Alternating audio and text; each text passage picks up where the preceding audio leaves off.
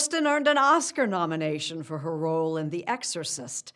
And to hear some talent, yet another Oscar nod may soon be in the offing.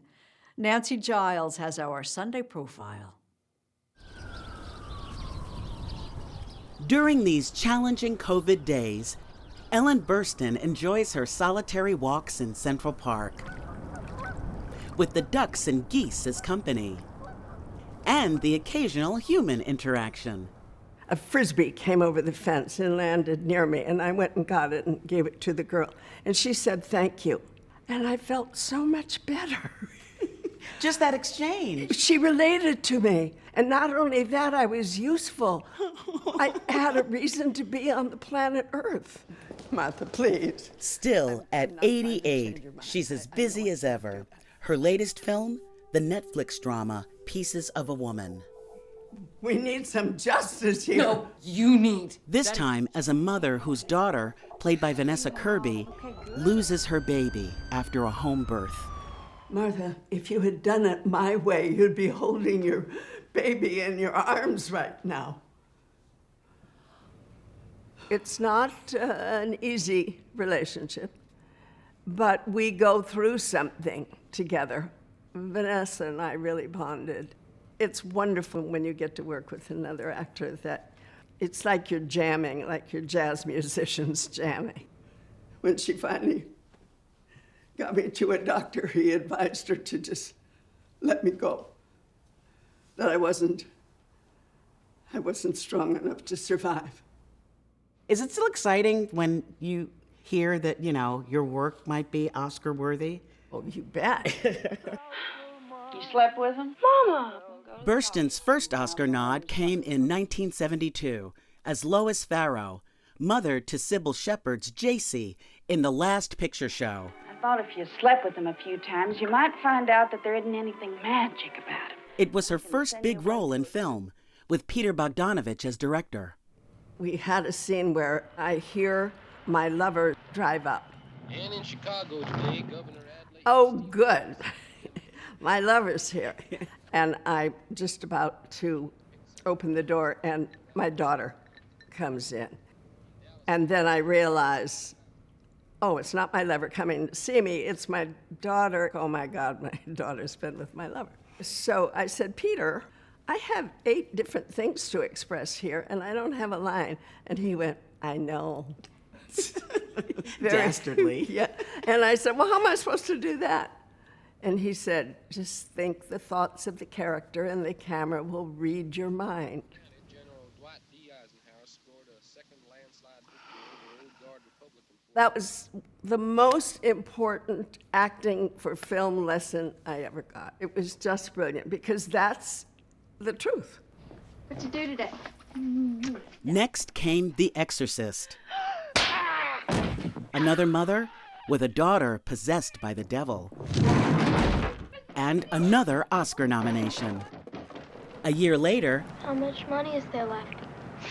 Don't ask. Alice doesn't live here anymore. You better stop! As a single mother, trying to do it all. It's my life, my life. It's not some man's life that I'm going to help him out with. A story that mirrored her own experience.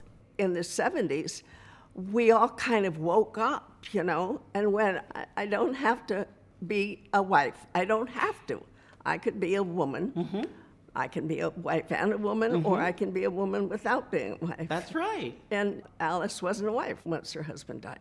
And she raised her son by herself, like I raised my son by myself. And that was never kind of dealt with yet.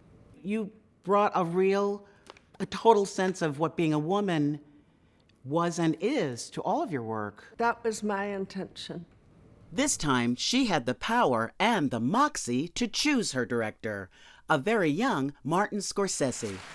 And the winner is Ellen Burstyn in Alice Doesn't Live Here Anymore. Third time was the charm. But on Oscar night, she was on Broadway, starring in Same Time Next Year. People waited 4 months for their tickets to see that show. Ellen is in a play tonight in New York. She can't be here. She asked Scorsese to accept the award for her. He said, "What should I say?" And I said, "Thank yourself." She also asked me to thank myself. Thank you. And he walked off. And then he walked off. Yeah. God, Marty, if I had known you weren't going to say something, I'd have written a speech for you. She's worked steadily ever since. It's a beautiful building. It is. And mentored generations of young actors along the way. So this was probably some event for the Actors Studio. She credits coach Lee Strasberg and the Actors Studio for showing her how to become her authentic self.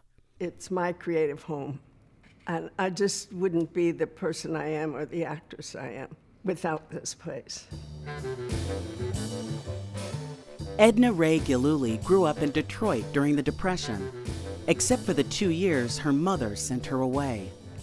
She put her 2 children in boarding school until she got husband number 3.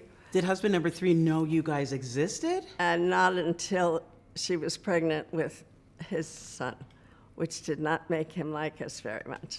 There's a lot of mother-daughter interaction and almost, I think, everything that you do. Do you feel like your relationship with your mom was something that helped you in doing these roles? My mom and I had a difficult relationship. And I remember sort of taking notes when I was a kid. I was like, I'm not going to do that when I'm a mother. Really? So I had in my mind what a good mother was. What's that like now for you as a mom and a grandmother? I just know that I did right by my kid because our relationship is so real. The last time Burstyn was nominated for an Oscar was in 2001. Does he give you pills? Of course he gives me pills. He's a doctor. What kind of pills? A purple one, a blue one. Playing a woman addicted to amphetamines in Requiem for a Dream. People say to me, well, how do you feel at the end of the day after you've gone through all that torturous stuff? You know, when you do something that's hard and you pull it off, that only feels good. And this year, if she's nominated yet again, she'll make Oscar history in the acting category. You'd be the oldest nominee, I think. Yes, and I really want that. And possibly the oldest person nominated in any category this year.